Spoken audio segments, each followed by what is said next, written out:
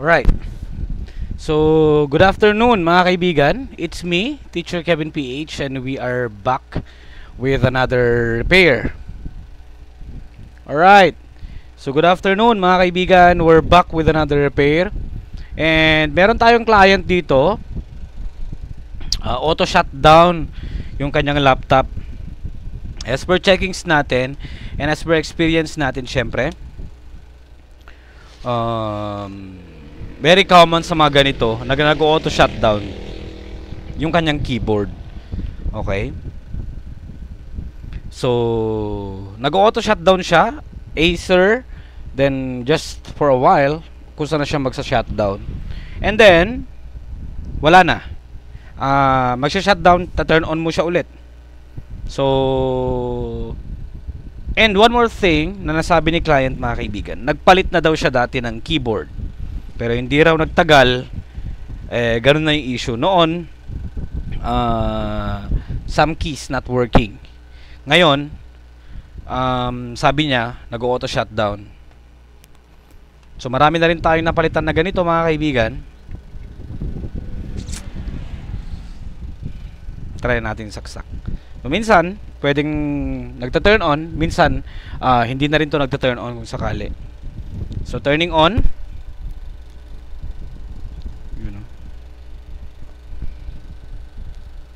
Pero wala siyang display.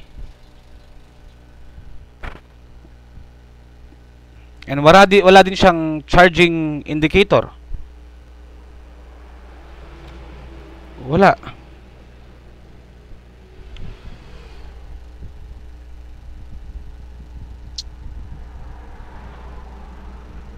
Turning on. No charging indicator. No display. Very common tong mga dito is yun talaga problema, keyboard. So namamatay siya. Ngayon hindi na siya mag-display no? Turning on, nagto-turn on, pero wala siyang display. Then kung siya siyang mamamatay.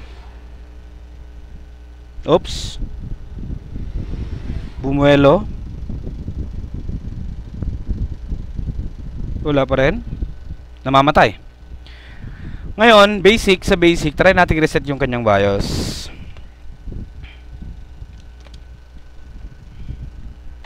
So, tanggalin nyo lahat yung mga screws dito. So, in our case, tatanggalan natin to. Papakita ko na lang sa inyo.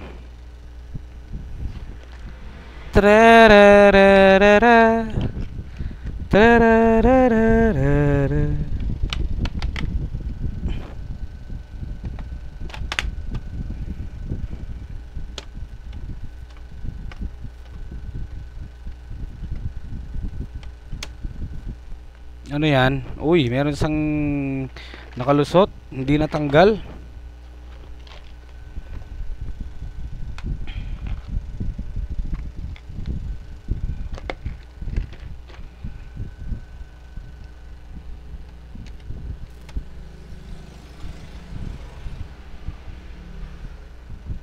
So, disconnect nyo muna yung battery, syempre. And then reset muna natin yung kanyang BIOS. Same as through sa keyboard, disconnect lang muna natin to. Tanggalin na lang muna yung kanyang battery. After all, kung papalitan natin ito ng keyboard, diretso na natin. May keyboard naman tayo ngayon na on stock. So, replacement na nga talaga siya. Kasi may mga nagpalit-palitan na siya dito. Okay.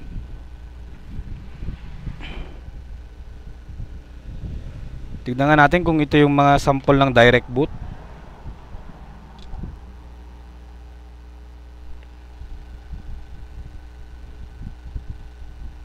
Hindi siya. Reset lang muna natin na ganyan. Matic kasi, ganun. Yung eksena, keyboard yung magiging suspect natin dito. So, tatanggalin natin yung kanyang keyboard. And papalitan natin siya ng bago. Alright. So try lang natin. Kasi yun yung sinabi ni client sa video. Kapag ka ganun, matitrigger at matitrigger yan. no?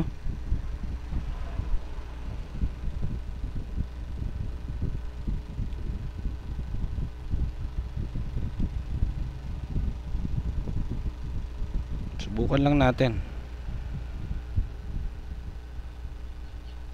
You know, wala siyang RAM. Pero I think may mga onboard RAM tong mga to eh, no?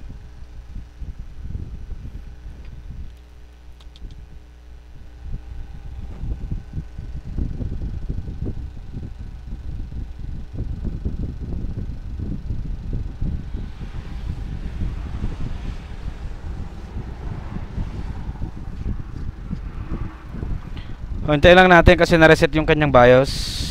Pero kung mag-auto shutdown siya, naku, problema yun. Keyboard talaga, palit keyboard. Rotating naman yung kanyang fan. I think may RAM to.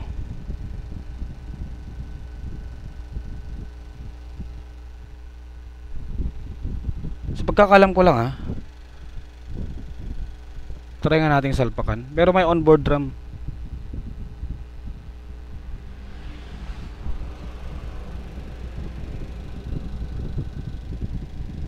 You know, hindi na naman siya mag-turn on mga kaibigan. Wala na naman. Yo, meron na naman. Pero nag-shutdown ulit.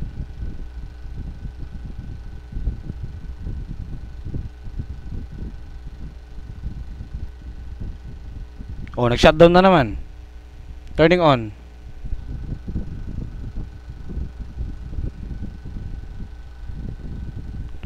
Mandar na naman.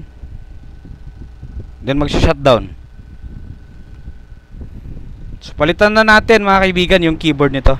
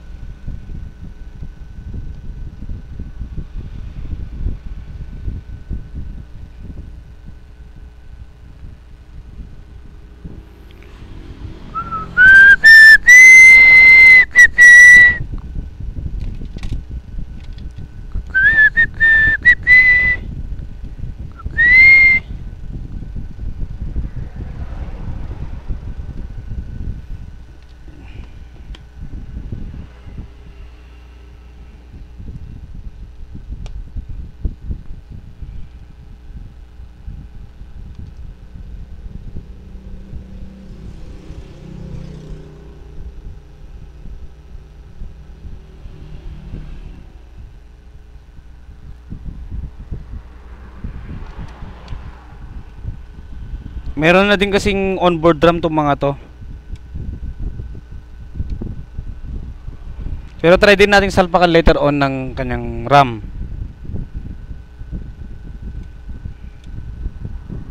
So mas madali na lang mag-replace sa atin kasi hindi na ito yung original lock. Pero kung may original lock, hindi dapat ganito to. Stick glue na yung nilagay eh, no?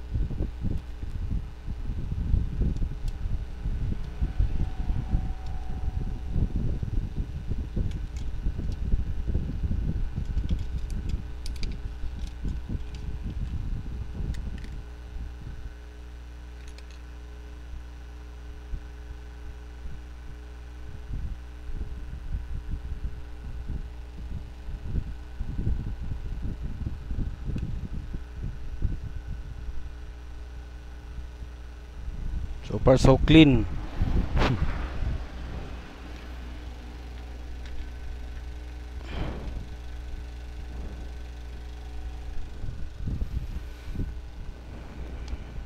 Uy, ano to?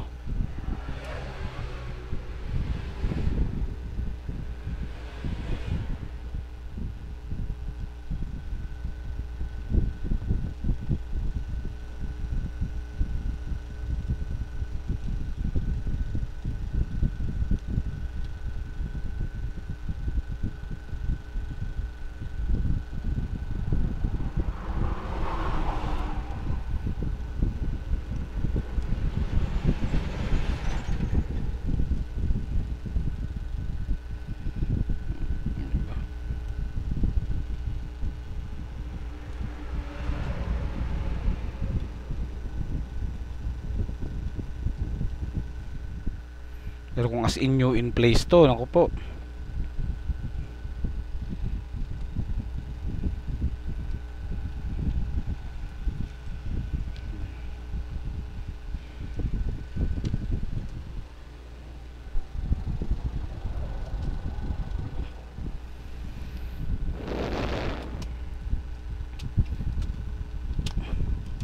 O diba? Hindi na tayo masyadong na. Uy, ano to? Dami ah. Dami nilagay na pang fit.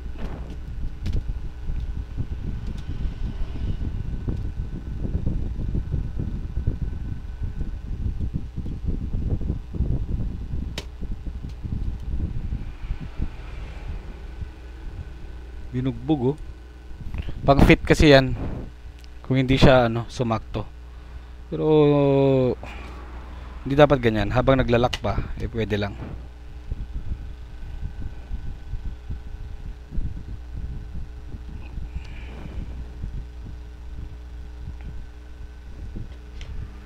Tanggalin nyo lang, tanggalin.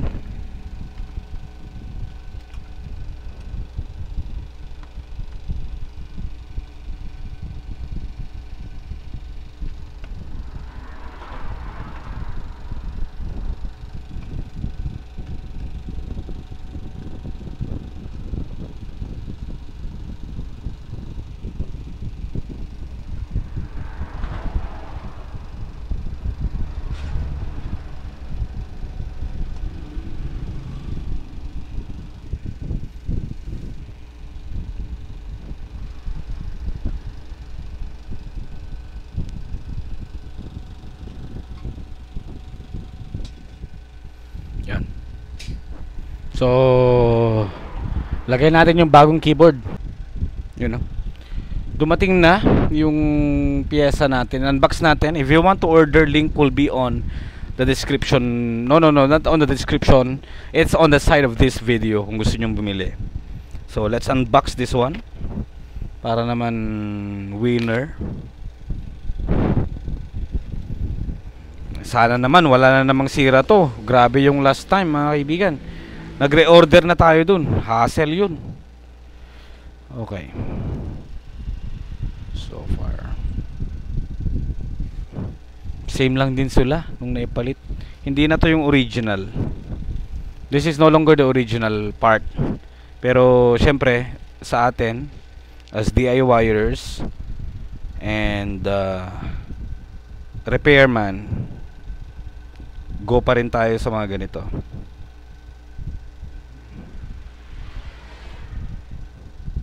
Bakit kasi may mga laging may mga bent oh? Kakainis. So let's put this one mga kaibigan. Let's install this. So dapat meron kayong soldering iron.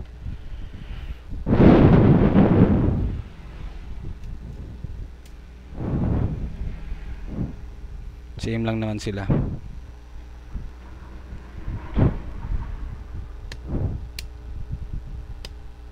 You know, not necessary naman maglagay ng lock oh. DVD. Kasi may mga kapitan pa naman. Ang solid nga niya no. So papainitan lang natin.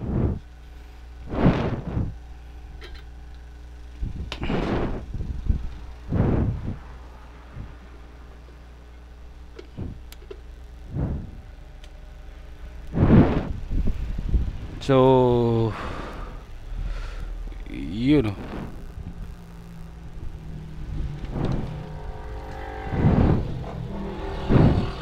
Pagkakataong nasaktan na bigo, delikado na naman ako. Bakit ba parang kinukulog na naman ako? Baka sabihin ni YouTube, copyright to, ha? Man. ¿Qué más? So, tanggalin natin yung mga yan. Yan. Pero kung ano mga kaibigan, kung hindi man ito yung, kung first time nyo magpalit ng ganito, madali lang pa rin naman siya. Basta mayroon kayo pansulda ng pantanggal ng mga laklak. Ito parang may cover lang din kasi siya. So kailangan nyo lang dikwatin yun. Mainit na yan, nakasagad yan. So i-align nyo lang na maigi. Okay? And then ano lang natin. Then yan, pindutin nyo para mag ano siya, mag lock. Iyon, no? Yan.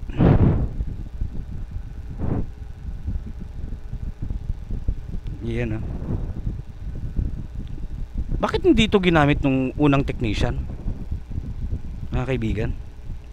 Yung lock niya pwede naman, bakit niya ginamitan agad ng stick glue kung pwede pa naman tong mga lock?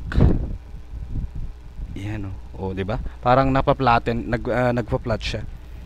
Parang yung ilong ko. Imas.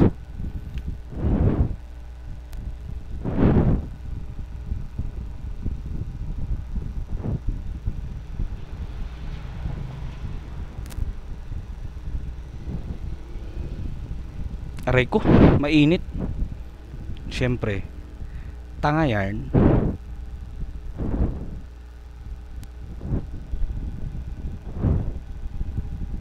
Yan, oh, yan ang pwede lang lagyan ng ano. Kasi wala na.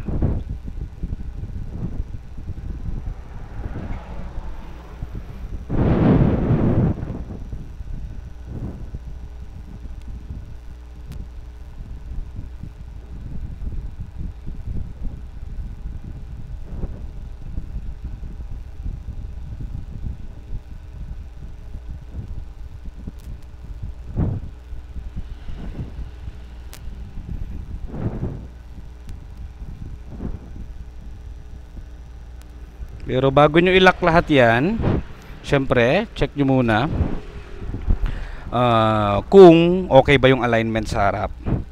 So yan, so saktuhan lang ba siya? Sakto lang. So ituloy-tuloy natin.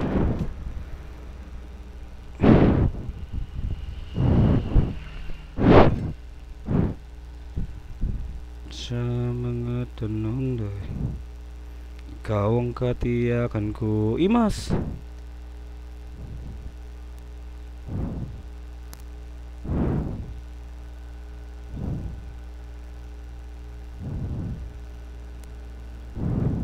Extra careful lang kayo.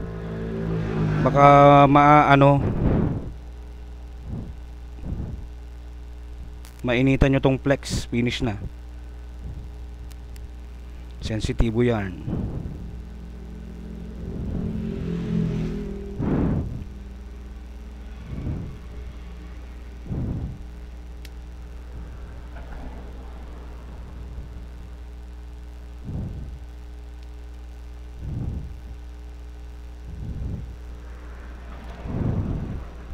So kompleto naman.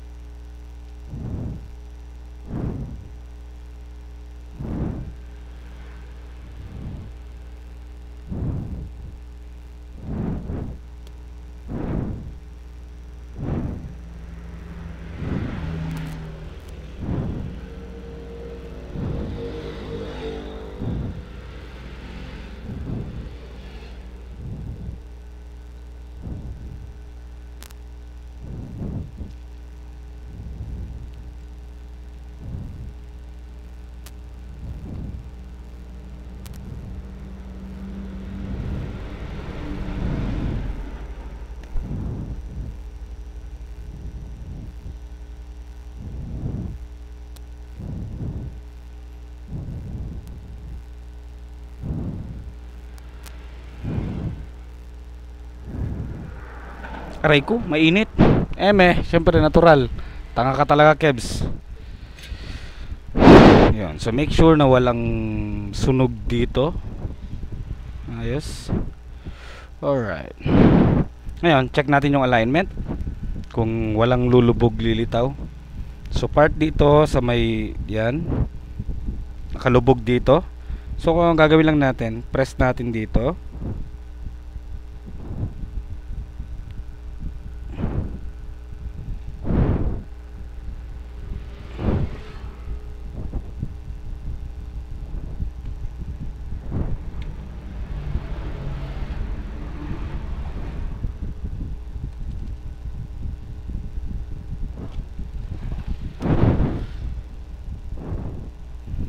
Yun, no? Okay na yan. So ngayon, salpak na natin yung kanyang board. Assembly ulit tayo. DVD.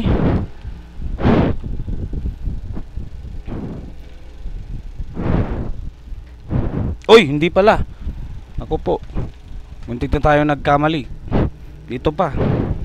I think ito ang gagamitan natin ng stick glue. Kung hindi nakakapit. Pero I think meron pa, oh. Then tanggalin na rin natin tong kanya adhesive.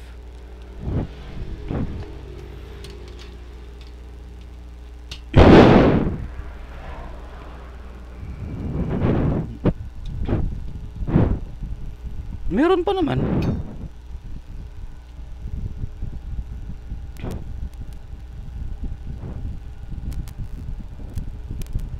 Habang meron pang kinakapitan, lagay lang natin.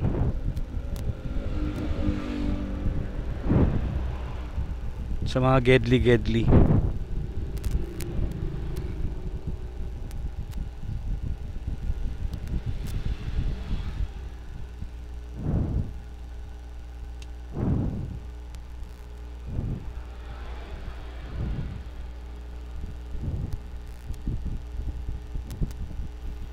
You know. Dibay.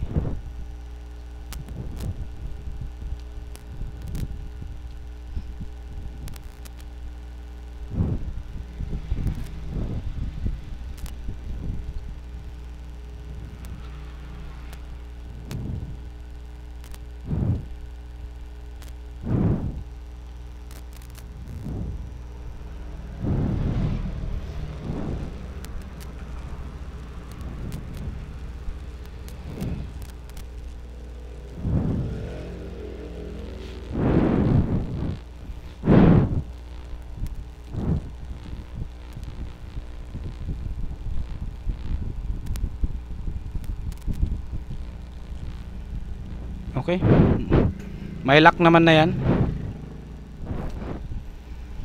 What I mean, meron siyang screw dito later on na pwedeng mag-fit sa kanya.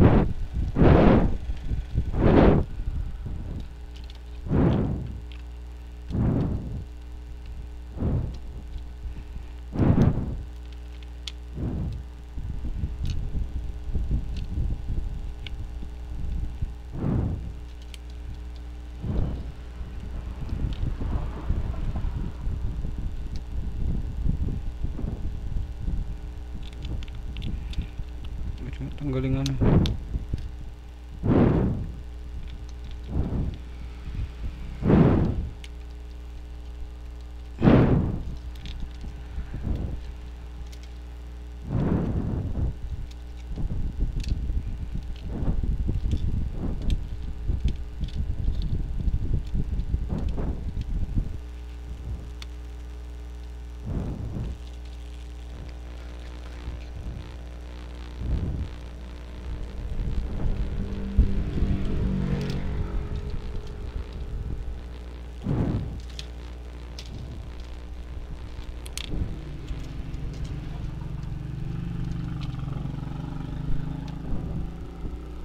You know.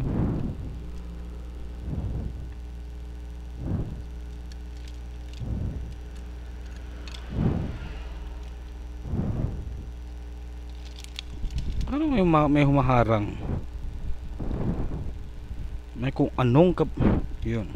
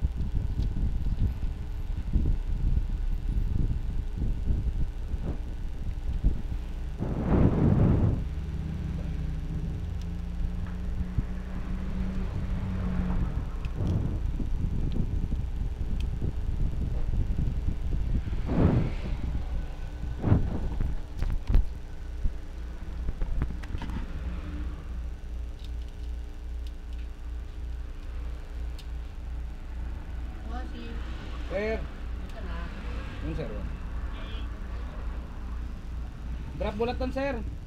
Ha? I-drop bulatan kan. Okay. Sige sir, sige sir.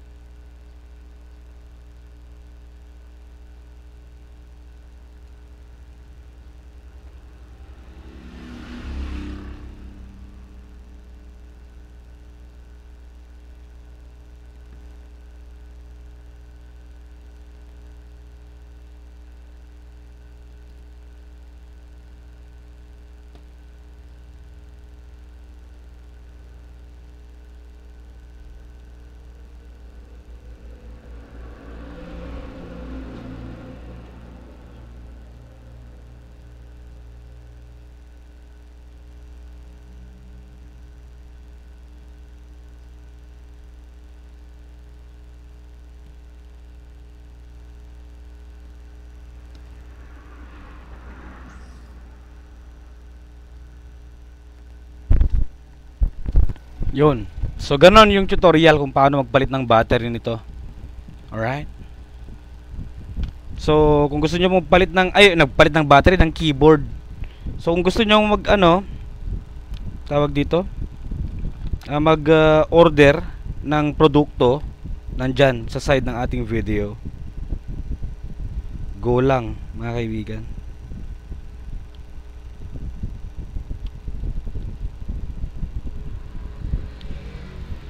Order lang po.